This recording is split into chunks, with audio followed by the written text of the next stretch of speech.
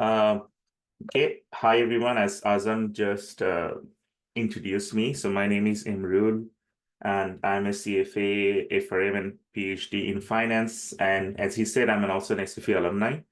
One of my masters, a master's in econ, and the PhD is from finance. So, and that's from SFU. And I've been teaching at SFU almost every term since then. I was full-time there, then I moved to UBC full-time, but I do come back almost every semester to teach. For undergrad, I mostly teach 207 now, which is managerial economics, or 315, which is investments, or technically any finance course that you have. I've taught those before, like corporate finance, alternative investments, and what else? Security analysis, etc. Fixed income securities also. And this info session, as Azam mentioned, we have been doing this for like I even forgot for how long. And but I still miss SFU teaching there. It's a little bit different than teaching at UBC. I do this info session at UBC also. I am also an instructor of financetraining.ca, which is going through a lot of revamp, and I haven't written there, but you can take a note later. I'm also the CFA content director of the Princeton Review. Princeton Review is the largest prep provider of like many different things. You've probably heard of them: GMAT, GRE, SAT. And 2019, they started CFA prep, and I developed the whole course along with some other teachers. So let's move on. What are the top jobs for econ majors? Look, my undergrad was also in finance and econ. And then I did one of the masters from York University, which is Masters in Financial Economics. And then after that, from SFU, I did another MA in econ. So, and then I moved to finance, right? So my background has been, there's a lot of econ here and there. So I did my own research too. But what are the main jobs for econ? This is from your own website at SFU. If you look at some of these positions, they have the word analyst on them, and quantitative analyst, international trade analyst, stock exchange flow trader, financial analyst, market research analyst, even economist, public policy analyst, investment analyst. Majority of this position where CFA is very well valued in those industries still. And I'll tell you slowly why. These are some of the sample job postings from the Department of Economics of University of Toronto. So what they're showing to their students, like these are the jobs available in the market. And if you look at them, the jobs they have posted for econ majors, a lot of them have nothing to do with, let's say, economist per se. I know we all do econ to become an economist in general, but economics is the father of business. If anyone ever say otherwise, just tell them economics is father of business. So any job have anything to do with like anything to do with business, economics students can probably go and work there. Look at this: credit risk analyst, real estate analyst, all of them. And CFA does prepare you well for those. 10 of the highest paying jobs in finance. I didn't say these are all CFA. These are just highest paying jobs in finance on average. Hedge funds, people make a lot of money, but keep in mind that majority of this amount, I know it's very high, majority of these amounts are actually bonuses. Private equity analyst, this is where I used to work in before. I still do some private equity stuff, but this is where I used to work before. Then you have investment banking divisions analyst, then sales and trading, quantitative risk analysis. And then if you move on, regulatory reporting accountant, which might require CPA also, along with CFA. Internal auditor, same, you might need CPA too. Private banking relationship manager, for that, it's kind of surprising, like why this one requires CFA. This one doesn't, but I'm just showing you the top jobs in finance. Compliance, product advisory, and actuary. Some actuaries actually make a lot of money. Okay, so that's just an example. This is a new slide I've just added yesterday. These are for CFAs and CFA candidates, and data are mostly coming from these sources: CFA Institute, Glassdoor, Salary.com, PayScale, Robert Half, Wall Street Voices, etc. So starting with portfolio manager, CFA has a very strong portfolio focus, no matter which level you study. That's the range. Then you have CFOs, then research analyst, risk manager, investment banker, financial analyst, private equity, hedge fund, corporate finance, and CIO. So look at the range of a hedge fund manager. It's huge, but it all depends on the fund's performances.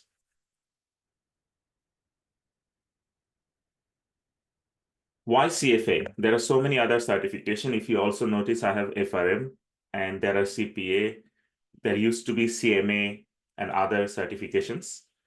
The reason I am very biased towards CFA, it's a globally recognized qualification. It's the exact same exam people write all over the world, which means you can do CFA from anywhere and then go and work anywhere else. Your CFA will be acknowledged. I cannot say this necessarily for other degrees. I cannot also say this for other certifications, but CFA, one of the major reasons that people do it, it's globally recognized. What is CFA? One other thing I wanted to take a note. I often don't call this a certification. CFA is more rigorous than degrees, actually. It's harder. And NARIC is a body in UK. I forgot the whole name. You can Google later. It's National Association of Recognition, Education, something. What they do, they basically recognize different degree programs around the world. Are they graduate level? They call them level 7. PhD level, level 9. And undergrad, level 5. They recognize CFA as level 7 education, which means their CFA is a graduate level investment credential equivalent to MBA, MSc's finance, etc. Which is why, listen carefully, which is why you will not be getting the certificate, CFA certificate, if you do not finish your undergrad. It's not a substitute of undergrad. You have to finish your undergrad before you get the certificate. You can write the exam during your undergrad, which I'll talk about this later. Held by more than 202,000 individuals in 165 countries. So I'm going to ask you some question during this video. Do you think this number is very high? What do you think? Do you think there's a lot of CFAs in the world? And it is a very old certificate. 202,000 individuals in 165 countries. Is that a lot? Given the number of investment banks and the service industries and how technologically advanced, how globalization works, it is actually very low, okay, in general, very, very low. If you look at number of MBAs in the world, if you look at number of something else, you'll see, okay? So recognized by regulatory bodies in many countries as a proxy for meeting certain licensing requirement. For example, mutual fund license, portfolio management licenses. There are some exams, right? Always you might have to write 4, 5, 6 exams. Sometimes you don't have to write those exams, right? That you'll just get qualification automatically in many different countries. If you go to CFA Institute website, they talk about it. And more than 425 universities around the world incorporate CFA into their degree program. Currently, I'm working with some universities in Canada to add CFA into their curriculum. But what I mean by that, let's say you have a BBA, right? If you have a BBA majoring in finance, they will have a CFA stream also. That means the courses will mostly teach CFA content, so that by the time you finish the BBA, you're ready to write level 1 and 2 at least. Okay. What do a CFA chartered holder do? Like I said, they're very portfolio management focused nowadays, but I'm just going to read from the slide. They apply their knowledge and skills in a wide range of positions throughout the global finance industry, distinguished by their commitment to set a higher standard of excellence. They are sought after investment management professional. I know they used a lot of heavy wordings there, but I would say they mostly work in portfolio management, research, consulting, risk analysis and risk management, and investment strategy. I personally work with almost all of these sectors except risk analysis and management. And or the typical investment sectors are asset management, private wealth, commercial banking, investment banking, and insurance. About 25,000 firms in the world hire CFA on average in 162 different markets for across 70 plus years. Okay, that tells you that CFA is 70 plus years old. But I have a question for you guys. Do you think they still teach old concept, or it's updated every year with new concepts such as AI, machine learning, big data? How do they apply into finance? What do you think?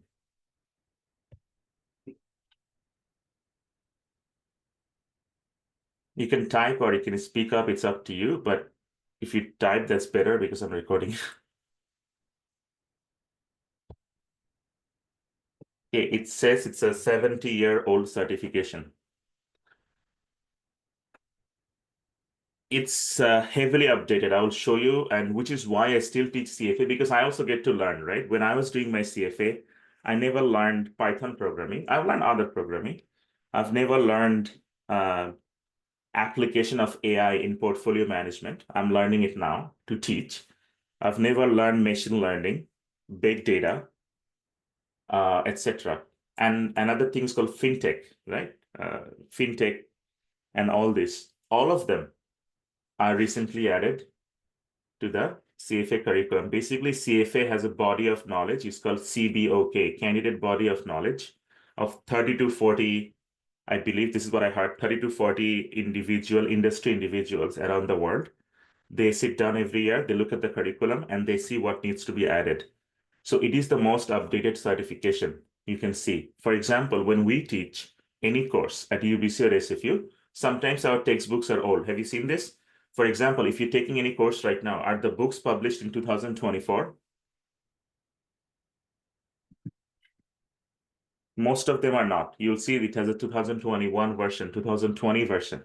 But that's not true for CFA, which is why it keeps me updated too. I'm just really biased towards it. 24 top firms in the world out of 25 asset managers have CFAs.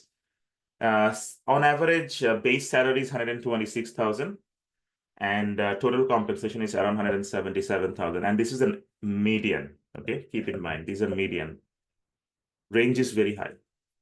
What are the benefits? Designed with the future in mind. I just mentioned that, okay? How updated the curriculum is. Strong foundation in advanced investment analysis and portfolio management. And the curriculum remains relevant every year. CFA did survey. I don't have the latest one, but CFA did survey with their candidates and all the CFAs who are working on the industry. 97% said the knowledge is very comprehensive, which means anything to do with finance, you'll see in CFA. 95% candidate believes it focuses on current practices, which means pretty relevant. 95% real world application, very less theory. They will have theory, but they're not going to go deep into this. They will tell you, you know what?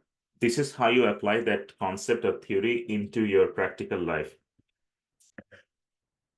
Okay, I'm going to move on.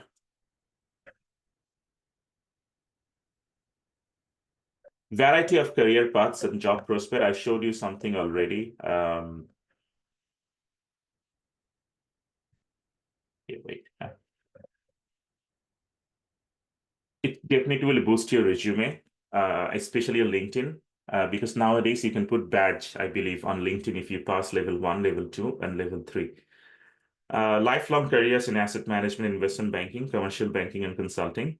I started my investment banking career also at a very young age. Very young age, I've joined Investis and then another bank called Asian Tiger Capital. And then I moved to academia, but I've been doing consulting since then. So pretty much I still apply CFA on a day-to-day basis, even when I'm an academic. higher standards of excellence, a very strong and broad network in local society. We have CFA Vancouver too, for example.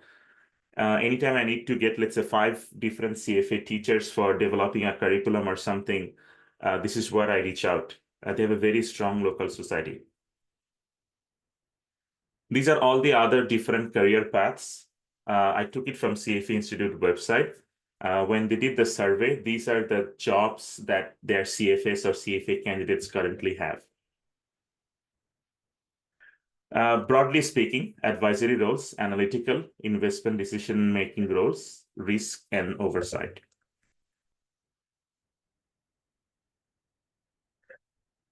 So what are the values you also get in evolving industry? Again, knowledge and commitment, I talked about it. Commitment is very important here. When I used to do this info session, I used to show some videos before. I don't anymore. I rather talk myself. In one of the videos, we had the CEO of Morningstar in Australia. Morningstar is the largest equity research company in the world. So the CEO said there are 3 reasons they hire CFAs mostly. One of the reason was it shows us the person is committed in finance, because do you know how many books in total in CFA level 1, 2, and 3? Let's see, guess. How many books in total, how many volumes in total in CFA level 1, 2, and 3? Just make a guess.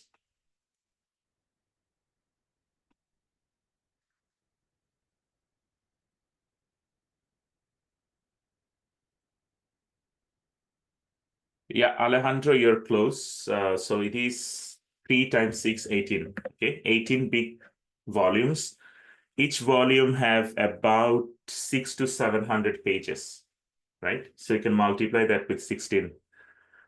It is a huge commitment. And the second reason, his name is Anthony Sharhan, the CEO. The second reason I believe I remember, he said, if someone finishes CFA, we know they can handle a large volume of data because they have handled 18 different textbooks and have crunched a lot of text to learn CFA.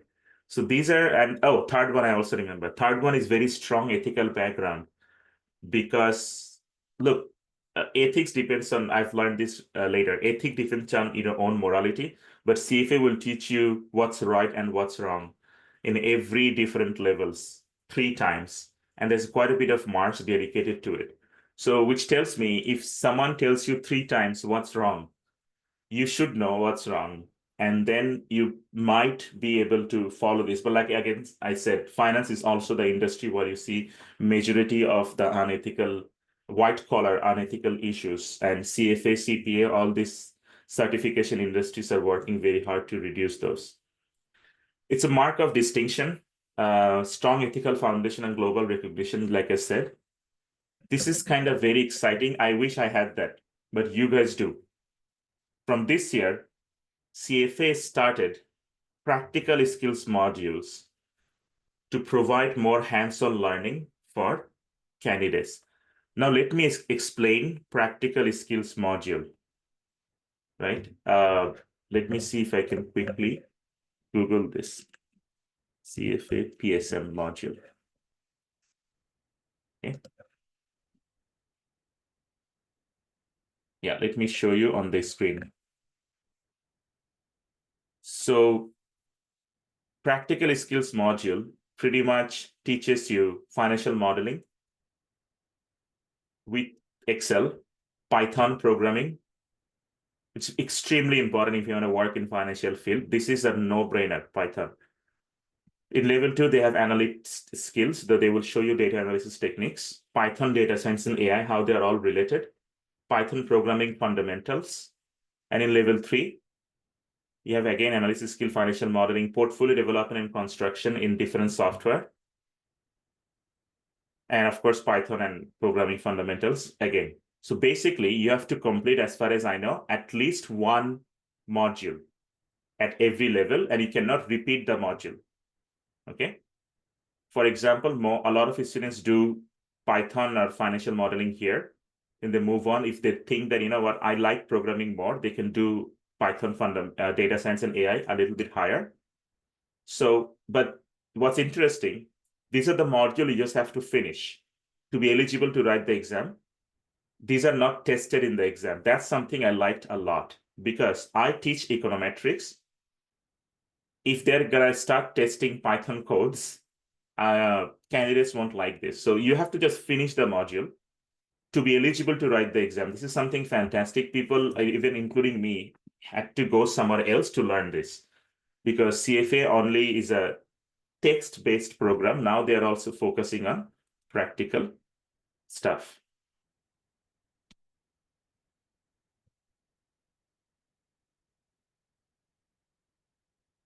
Okay, so where are these members generally coming from? 202,000, right? 61% are Americas, 21% are Europe, Middle East, and Africa, and 18% are in Asia Pacific. That includes Australia and New Zealand. You guys are econ majors, mostly. Where do you think there should be a high demand? These are existing CFA. 61% of the CFA are in Americas, which includes Canada. Why do you think there is now a high demand of CFS? I'm sure you're following global geopolitics and other things. It has to be Asia Pacific, okay? And that actually kind of shows in the data also. These are where the candidates coming from. Candidates are coming from to write the exam. Majority of the candidates are coming from China. Look at the purple one. Okay, majority are coming from China, which is the largest country in the Asia Pacific. Then the next is US, and the third is India, which is also in Asia, right? And the fourth in Canada, which was for me extremely surprising. I was not expecting it. I thought UK should be the fourth, but Canada is at number 4. Then you have UK, then have Hong Kong. And the bigger one on the right-hand side is the rest of the world.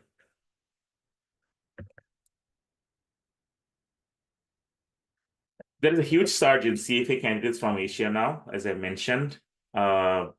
What's interesting is about 37% of the candidates are women. CFA is trying to increase this to 50%. I believe they also have a scholarship for women candidates. If you go to CFA Institute website, you might see that. Chinese candidates are around 31%, and these are the pass rate. I just found them yesterday. In 2023, about 36% of students passed. So because it's right after COVID, people are just coming out of COVID-related fatigue. So the passing rate was low. In this year, so far, there is one more exam to go in November. So far, 45% is the pass rate, which is pretty good. But if you look at the historical pass rate from 1963 to 2024, about 41% candidate passes level 1. These are all level 1. And over the last 10 years, about 44%.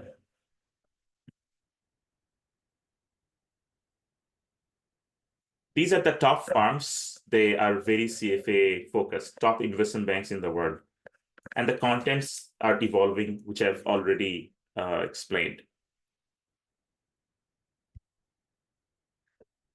Primary motivation, why people write CFA. They asked the candidates why you're writing CFA. 33% said career advancement, maybe getting a promotion or changing a career. 21% increased competency with advanced analysis and portfolio management. 13% to gain a professional status, which is extremely important nowadays. I want to ask this question quickly before I forget. What's your micro course again? Advanced micro, is it 302 or 301? Anyone did that in undergrad, econ?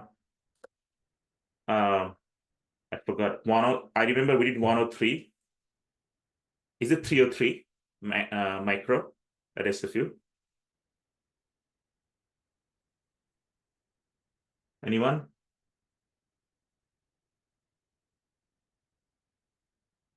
Okay, anyway, so no one is replying. So in your micro, there is a concept called signaling. It's not that you cannot be smart without a degree or certificates. You can be. Majority of you are, thank you, Hunter. Yeah, I think it's 302. Majority of you are Gen Z, and in between millennial and Gen Z, or close to Gen Z or Gen Alpha. You guys have so many learning opportunities. But the way this certification work, there's a concept in microeconomics called signaling. Signaling and asymmetric information. In the world of asymmetric information, you know you're smart, but the employers don't. So to close this gap, you need to provide signaling, It's called Akerlof-Levin's market theory, I believe. But anyway, so getting a professional status to get into a job in investment banking is still pretty important. Maybe it will change in the next 50, 60 years. Who knows? But right now, this is what it is.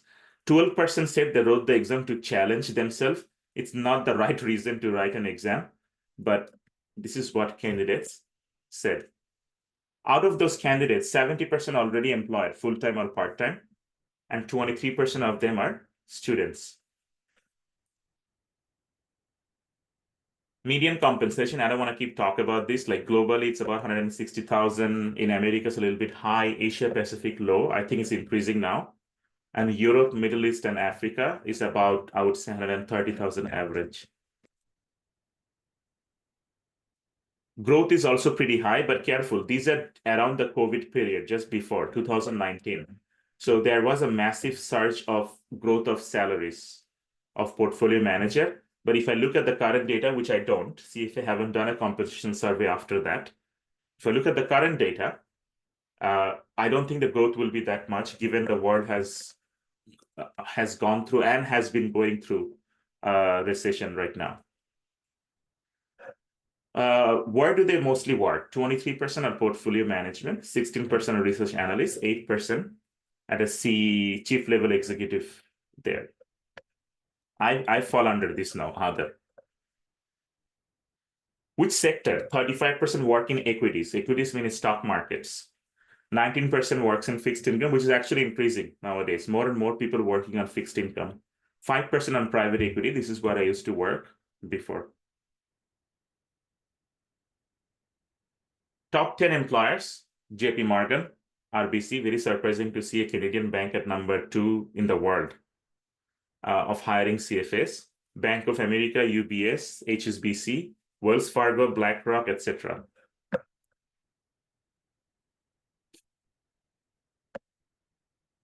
This is something I wish I knew at your stage. If you become a CFA candidate, it's a good idea to join CFA Vancouver as a member right away, associate member right away. Because look, these investment banks in general, small private equity firms, right? A lot of them, they don't have an HR department. Look, RBC TD does, but I'm talking about a small boutique firm. They post their jobs into CFA Vancouver, and you can access to them as by becoming an associate member. So click this link. If the link doesn't work, just Google and see what the benefits are. I think it's very cheap. It's like $50, $60 or $70 a year. If you're a full CFA, you'll pay more. These slides, you can either take a snapshot, but like I said, we will probably upload this in the SFU Econ channel on YouTube. This is the difference between CFA and MBA. We hear this question often from students. MBA is a degree, CFA is a certification, and CFA is more focused in finance. I want you to look at this. Look at the cost. Yeah, you can see if you can use a pen or something. Here, look at the cost here. And then you'll see the difference. And rigor, very low barriers to entry. Anyone can write this, but attrition means dropout. There is high dropout rate because the exam is not easy.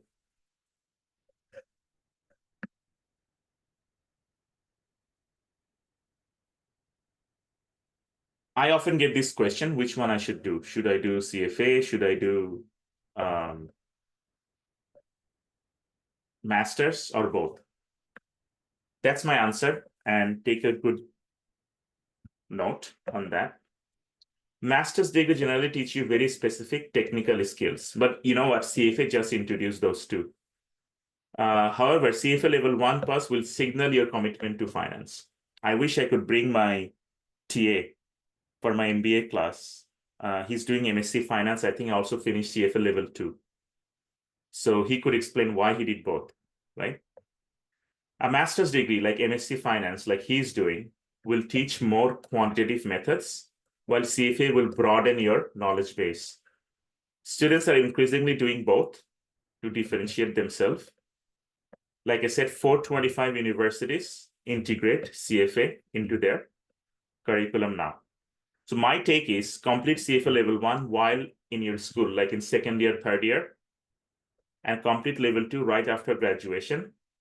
And then later, when you start working, make your company pay for it. Don't pay for your master's from your own pocket. Make your company pay for it. They might make you sign some contract that if you finish MBA, you have to stay with us with 3 more years, but that's fine.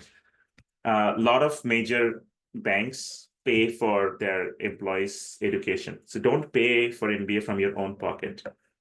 And basically wait. For example, do the MBA after 5 to 10 years of experience, not right away.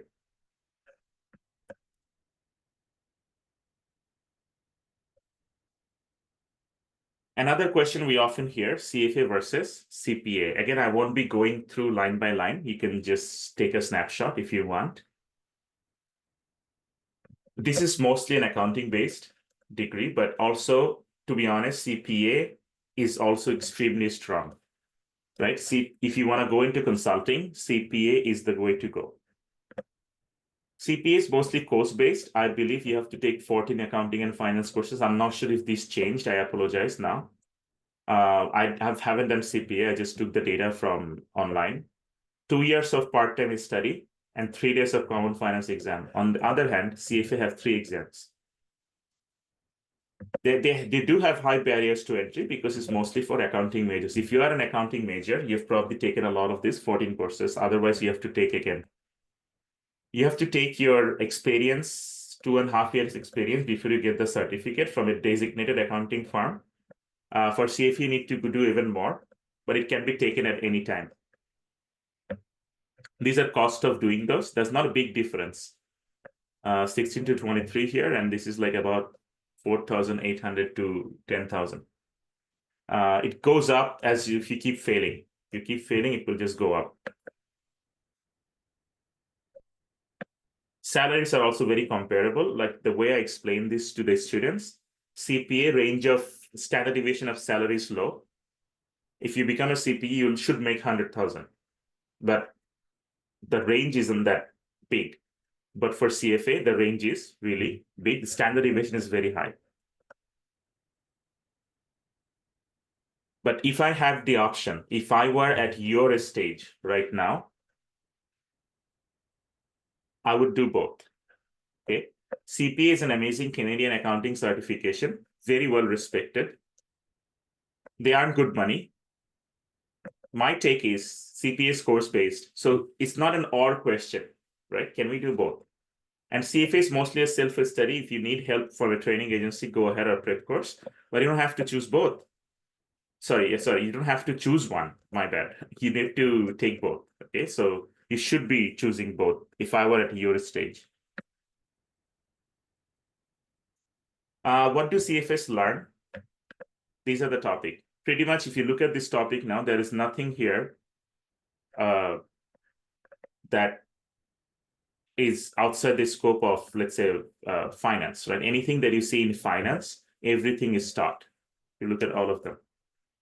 And they obviously just started practical skills modules too.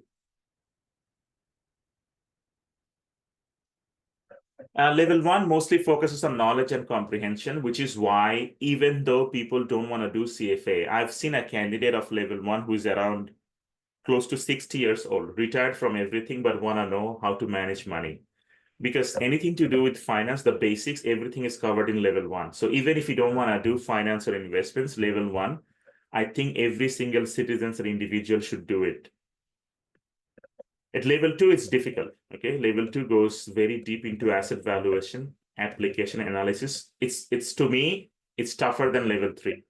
Level 3 focuses on portfolio management and synthesis and evaluation. But the root of the CFA charter is ethics. In every level, they will teach you ethics.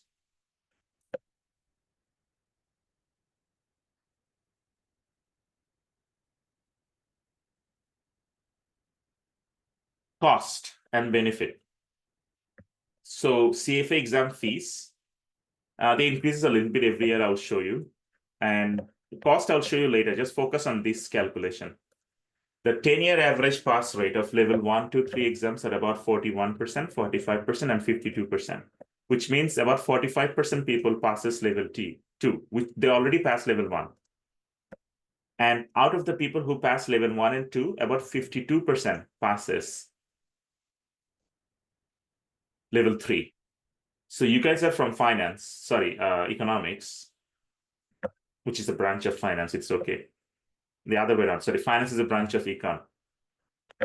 So if you think of this as probability of passing, what is the joint probability of passing all 3 levels? I think you learned them in WEG 232 or something, isn't it? You multiply them, it's about 10%. So what are the chances of you pass all 3 levels in one try? It's only 10% candidates would be able to do this as per this calculation. So it is tough. The exam is tough, but it is quite affordable. They have increased the price about $50 recently. These are the 2024 pricing. If you register early, you save money. If you register late, that's called a standard. You pay a little bit more. But they're charging people even more for level 3 now. I don't know why. They've made so many changes in the last 2-3 years. For level 1, the next year cost will be $50 more. And for level 3, early registration is a little bit high, but level 3 standard is also a little bit high. I have a feeling because level 3 has writing, isn't it? So they need to hire professional grader or professors to grade those exams. You cannot do this on a software. I think that's why. I don't know. I'm just guessing. Okay. But level 1 and 2 are multiple choices. These are the universities around the world recognize CFA. Basically, if you pass level 1, you do not have to write GMAT or GRE. That's fascinating. I wish I knew this. I wrote my GMAT. A lot of this knowledge I never had, and you guys can consider yourself lucky. For example, Schulich School of Business, York University. Why? Let's keep coming. Wait. Yeah, Schulich School of Business, Masters of Finance. Their website says you either write GMAT and you need this kind of score, or it will be waived if you're CFA level 1 holders, if you just pass level 1 or full CPA.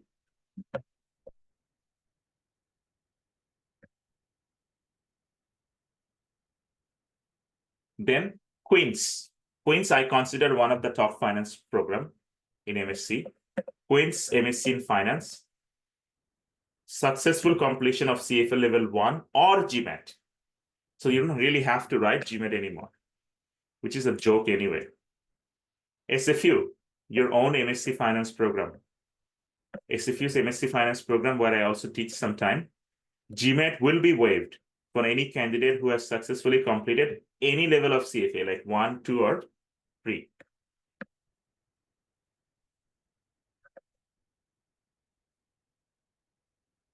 These are other certifications that gives a lot of waivers if you have CFA. These are other certifications in Canada by Canadian Securities Institute. I'm just going to quickly brush through them. You can check them online. I just wanted to show you that you get a lot of waivers. When do you write these exams? You guys are lucky. We used to write level 1 only twice a year. You guys have 4 sittings now. For level 2, once a year during our time, but you have 3 now.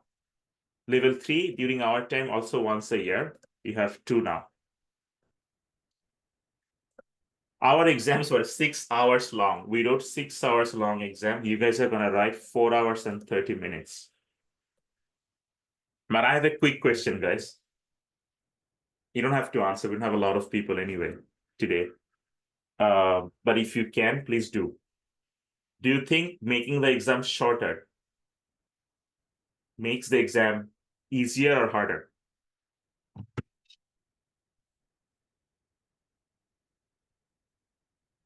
Good, Hunter. Yeah, it is harder because it is still, you have 90 seconds per multiple choice, about 90 seconds. But you have less chance of making mistake. If the exam is long, you have more questions, you have more chance of making mistake, right? Anyway, I think that's one of the reasons passing rates are dropping.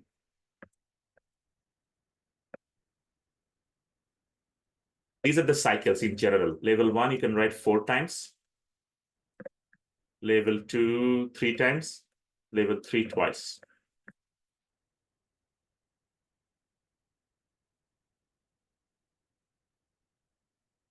Take a note of this. Take a snapshot if you can. We used to write CFA in different centers. One center, sorry, in Canada, in BC. But now you have computer-based exam. They call this CBT, around 400 plus location in the world. February registration is almost, the early registration deadline is gone. If you write the exam in February, your standard registration deadline is November 7th. So take a note. For May exam, the early registration is actually today. If you want to save money, you should register by the end of today. And standard is a little bit higher in terms of cost by February 6th. Let me answer a question in the chat. Question is, could I get my CFA exam in May if I obtain my major certificate in July? Which major you mean, Eduardo? I don't, which year you are now? Second or third? No, that have nothing to do with this. You can write level 1 exam after finishing second year of undergrad. So basically, if you're in third year, you can write CFA level 1. But you cannot write level 2 until finishing your degree. So May is perfect timing for you, actually. May is the perfect timing. Then you graduate. Then you write level 2.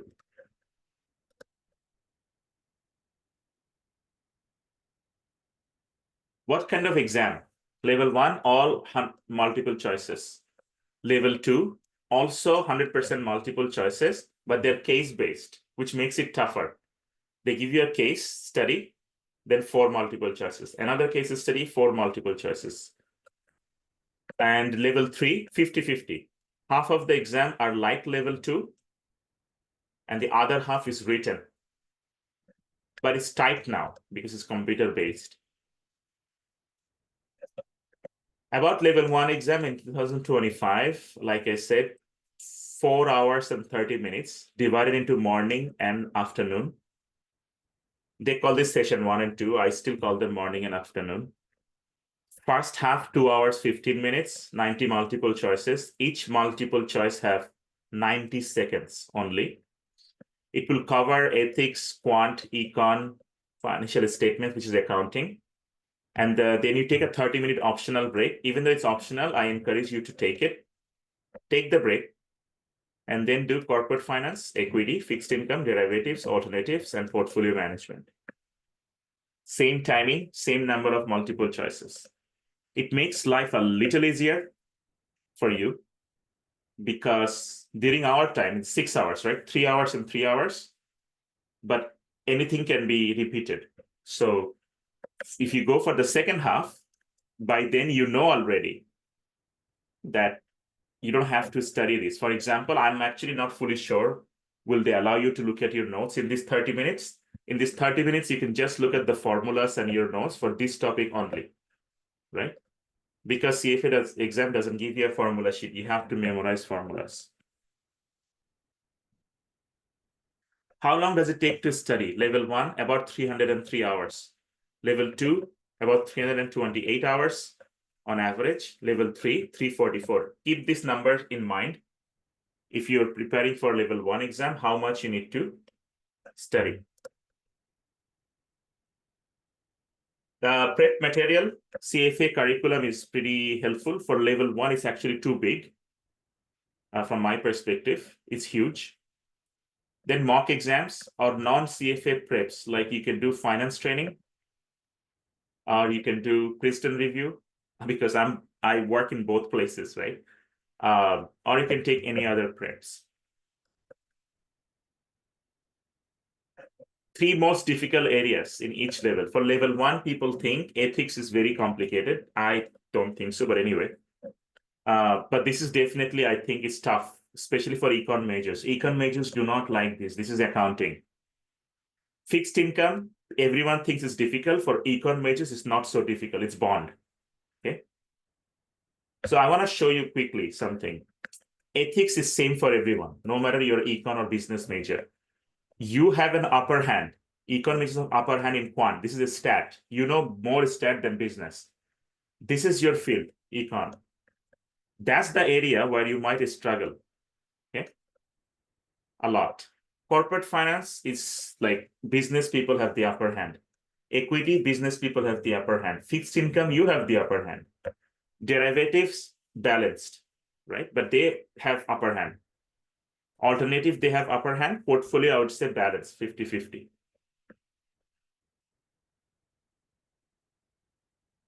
This is how they send you the result. Actually, one of my students just showed me the result yesterday. They will never tell you what is the passing score. They will give you a range like this. MPS is called minimum passing score. If you are above that, you passed. If you're below that, you failed, but it will show you how close you were. For example, why this is important. If a student comes to me, this is why that student came to me, because he failed. He's a UBC student. He's not my CFA student.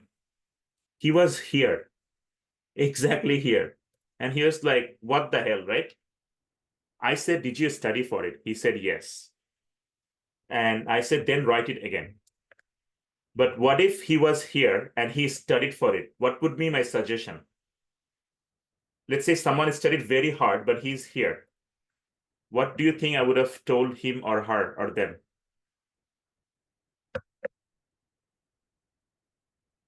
Even after studying very hard, if he was here, I would have said, don't bother. Yeah? But studying very hard, if you're here, you should definitely write again. And they will give you the same thing for all the other topic. There's a 70% bar here. They will tell you how much you have done in different topics. It will show you which area you need to focus on if you fail. Or if you don't fail, for the next level, which areas are your weaknesses? About 66% of the candidates are bachelors. About 31% are in masters. Enrollment requirement, this is important for you. Take a snapshot, okay? That's what I was trying to explain, Eduardo, okay? So if you, let's assume an undergrad is 4 years. 4 years means 48 months, right? I mean, some people take long, but 4 years. So if you finish 24 months of education, you're at the 25th month, you are eligible to write level 1, which means about 23 months of your graduation. Okay. So according to my calculation, you finish second year, you can write level 1. Oh, I did not know this. This is important. Level 2, you don't have to pass. Anyway, I was wrong. For level 2, it's after 3 years. Look at this. 11 months to graduation. So you do not have to finish CFA.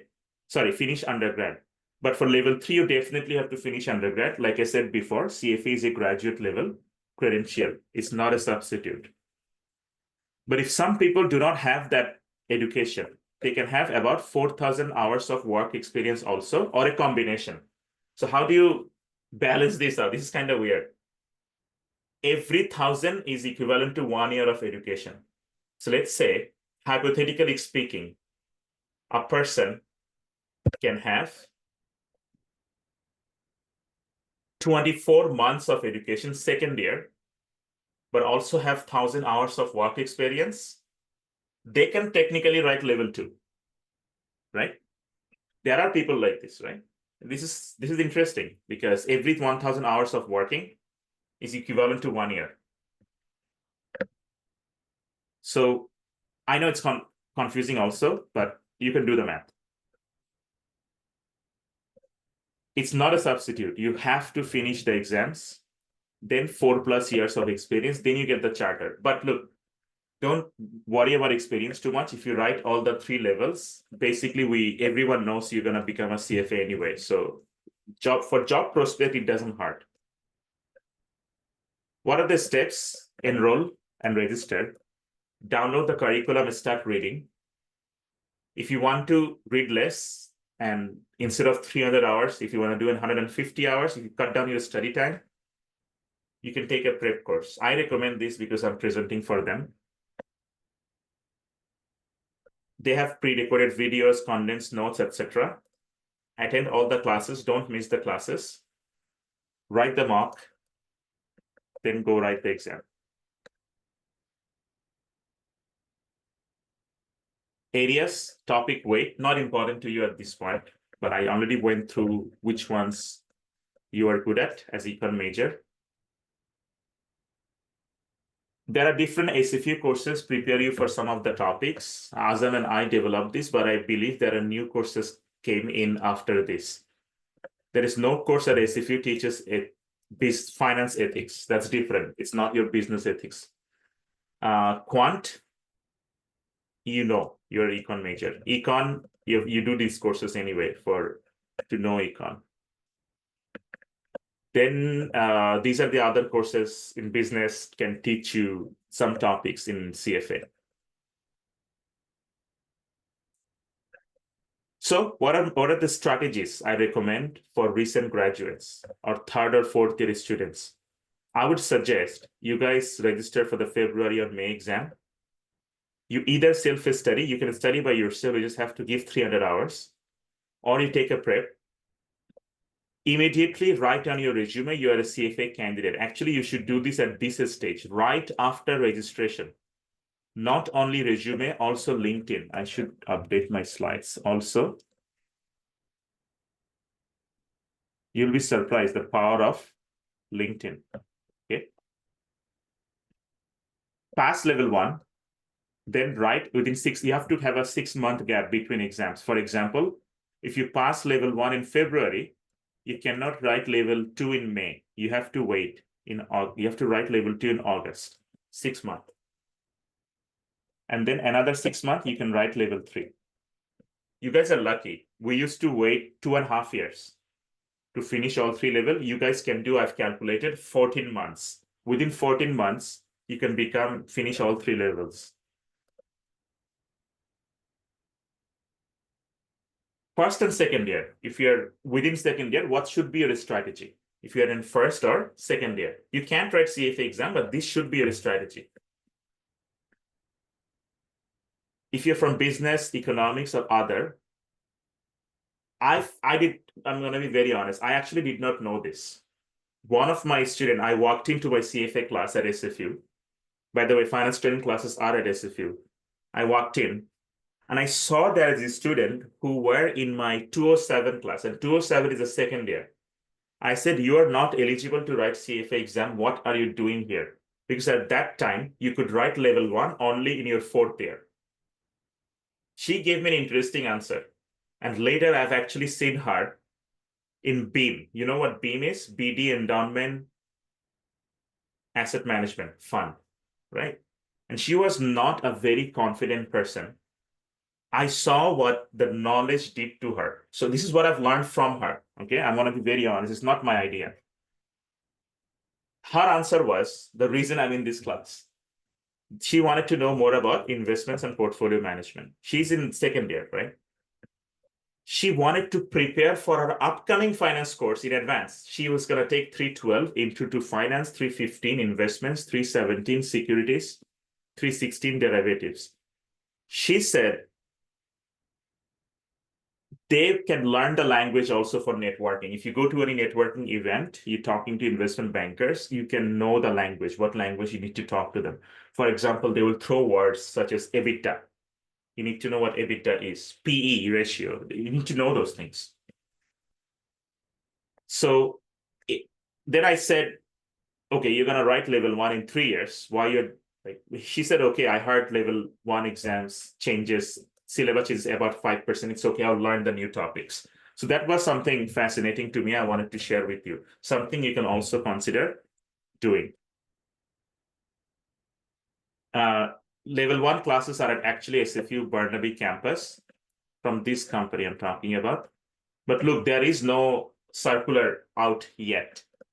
You can blame me for this. They have been asking me continuously what's my availability to teach the course, because there are 4 teachers now, but they want me to lead and the other teacher to teach 3 classes each. So I'll be teaching 3, 3, 3, 3. Generally on a weekend from 9 to 12 or weekday from 6 to 9 after work. The instructors are all CFA like me. This is the cost of the course. I encourage you to scan this and follow the Instagram, because I've asked them how will candidates know, because I'm getting a lot of emails too from SFU and UBC students. When will the prep course start? I don't know. Even they don't know. So if you go and follow, you will be able to, you'll know when. However, I probably know the reason, because Wiley got sold, right? By someone bought Wiley. I forgot who bought Wiley. UWorld. UWorld bought Wiley. So I think they're either considering a new partner, finance training, or they're considering to go with UWorld. Maybe that's the reason. Okay. Another reason is because I'm not giving them the time now yet. I'm very busy this fall. 12 classes in total, like I said. You have access to Wiley or any other partner they choose. So you can do all the mocks, practice questions, everything from those. Finance training's job is only in-person training. Maybe classroom is also an issue. I don't know. 24/7 access to all of the instructors through WhatsApp group. Yeah, that's pretty much it. This is a rough schedule. Look, it's 2023, okay? So don't go by the date. It's just to show you how the schedule works. The classroom at SFU Document Solutions, okay? Just beside SFU Health and Counseling at MBC. These are the 12 classes. But if the classroom isn't available, I think the course will go to Zoom online, I guess. I hate teaching online. Anyway, if you pass level 1, they will give you a badge like this, digital badge you can put on LinkedIn, and you should. Level 2, and if you become full CFA. I have this badge on my LinkedIn. Next step. I think we're almost on time. Okay. Figure out what kind of career is right for you. Talk to econ_advisor at CFA, sfu.ca. You guys are very lucky to have Azam. I can guarantee you, UBC economics do not have a career service guy dedicated or a person dedicated. At UBC, I do those. I do a lot of, and for free pretty much, it's one of my service duty. I do some career chat. I do CFA chat. I'm just doing an investment 101 at the end of this month. So you guys are lucky because you have Azam focusing on you, teaching you which career to go for. It's not only CFA, he teaches you how to do LinkedIn, resume, CV. It's extremely important, the kind of impact he has on his students. You guys are new, don't know, but he has done a lot. If you're interested in CFA, register, right? Network with alumni and potential employees on LinkedIn, so important. I can't stress this. Write February or May, don't wait. But if you need any help or prep, just email them. I deleted the phone number because I've heard they're not picking up phones or anything. So just email and get the knowledge. But I'd say go to Instagram, okay, to get the most updated information. Just scan this. Did I make it bigger? Okay, I'm done with all of my slides. I'll take questions now if you have any.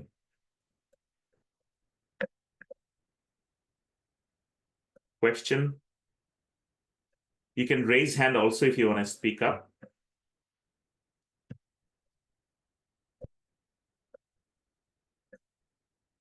Where can we see these slides? Yes, I'll send the slides to Azam and he will share with everyone. And also subscribe the SFU Econ YouTube channel. They upload this also on YouTube, I believe.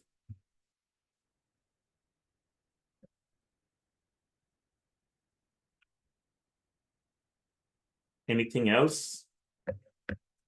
I know it's a lot of information. I'm pretty proud of the slide decks. So basically, it's all the information together in 66 slides.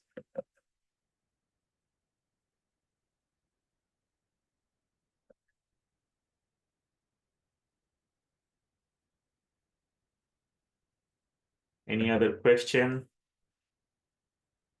Yeah, thank you.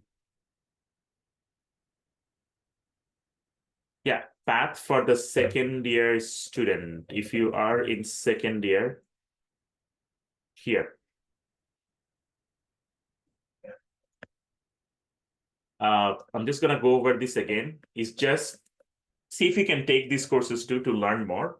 But what basically they said, you can join the prep course now if you want to. Again, no need, right? It's just because you can't register for CFA anyway because you haven't finished your second year.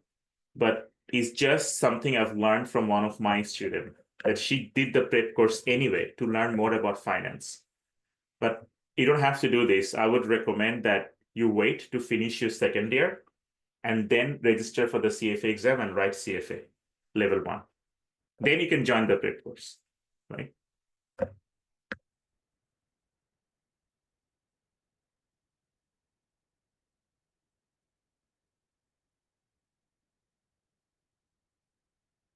Any other question?